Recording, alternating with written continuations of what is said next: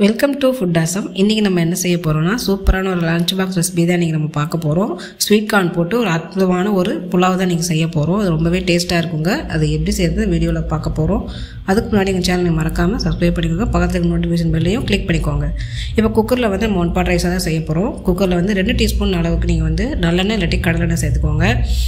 எண்ணெய் நல்லா காஞ்சதுக்கப்புறமா 1 டீஸ்பூன் அளவுக்கு சோம்பு சேர்த்துக்கலாம். 1 டீஸ்பூன் அளவுக்கு நம்ம கரம் மசாலா தூள் சேர்த்துக்கலாம்.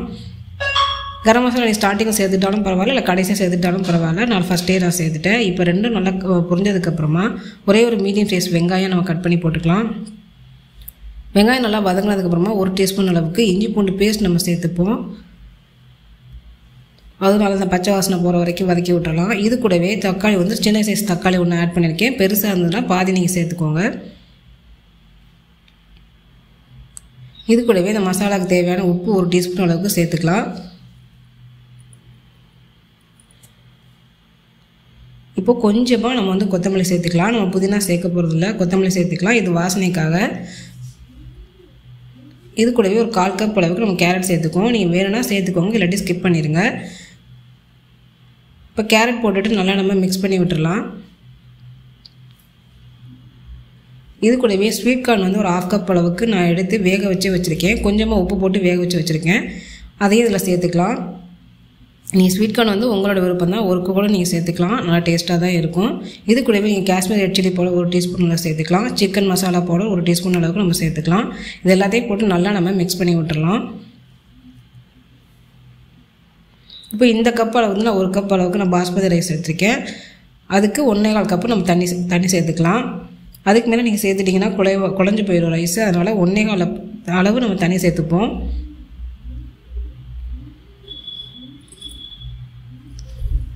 இப்போ தண்ணி சேர்த்து நல்லா நம்ம மிக்ஸ் பண்ணி விட்டுடலாம். இப்போது ரைஸுக்கு தேவையான உப்பு நம்ம 1/2 டீஸ்பூன் அளவுக்கு நம்ம சேர்த்துக்கலாம். நம்ம ஸ்டார்டிங்லேயே உப்பு சேர்த்துருக்கோம். செக் பண்ணிவிட்டு நீங்கள் உப்பு ஆட் பண்ணிக்கோங்க.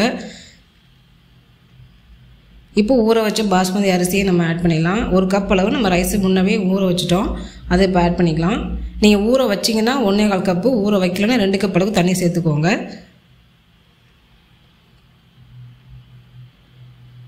இப்போ ரைஸ் போட்டுட்டு நல்லா கிண்டி விட்டுறலாம். இதை வந்து நீங்கள் லஞ்ச் பாக்ஸுக்கும் நீங்கள் கட்டி விடலாம், நீங்கள் ஆஃபீஸ்க்கும் நீங்கள் எடுத்துகிட்டு போகலாம். ரொம்பவே ஈஸிங்க, டக்குன்னு செஞ்சிடலாம். இது கூட நீங்கள் ரைத்தா இல்லை பாயில்டு எக்கு இல்லாட்டி சிக்கன் 65 வச்சது அப்படின்னா ரொம்பவே நல்லாயிருக்கும். இது ஹெல்த்தியும் கூட. இப்போ கடைசியாக கொஞ்சமாக நம்ம நறுக்குன கொத்தமல்லி சேர்த்து குக்கரை நம்ம க்ளோஸ் பண்ணிடலாம்.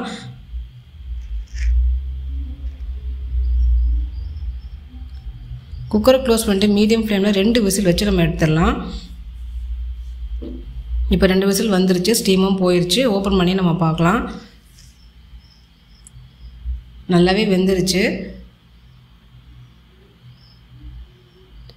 இப்போ நமக்கு சூப்பரான ஸ்வீட் கார்ன் புலாவ் நமக்கு ரெடி ஆயிடுச்சு. இது நீங்கள் ரைத்தா இல்லை பாயில் கூட சேர்த்து ட்ரை பண்ணி பாருங்கள், ரொம்பவே நல்லாயிருக்கும். இதை செய்கிறதுக்கு உங்களுக்கு ரொம்ப நேரம்லாம் ஆகாதுங்க, ஜஸ்ட் 20 மினிட்ஸ் தான் ஆகும். இதை நீங்கள் ட்ரை பண்ணி பாருங்கள். செஞ்சு பார்த்து எனக்கு கமெண்ட் பண்ணுங்கள். இந்த வீடியோ பிடிச்சிருந்ததுன்னா உங்கள் ஃப்ரெண்ட்ஸுக்கு நீங்கள் ஷேர் பண்ணுங்கள், லைக் பண்ணுங்கள். நன்றி.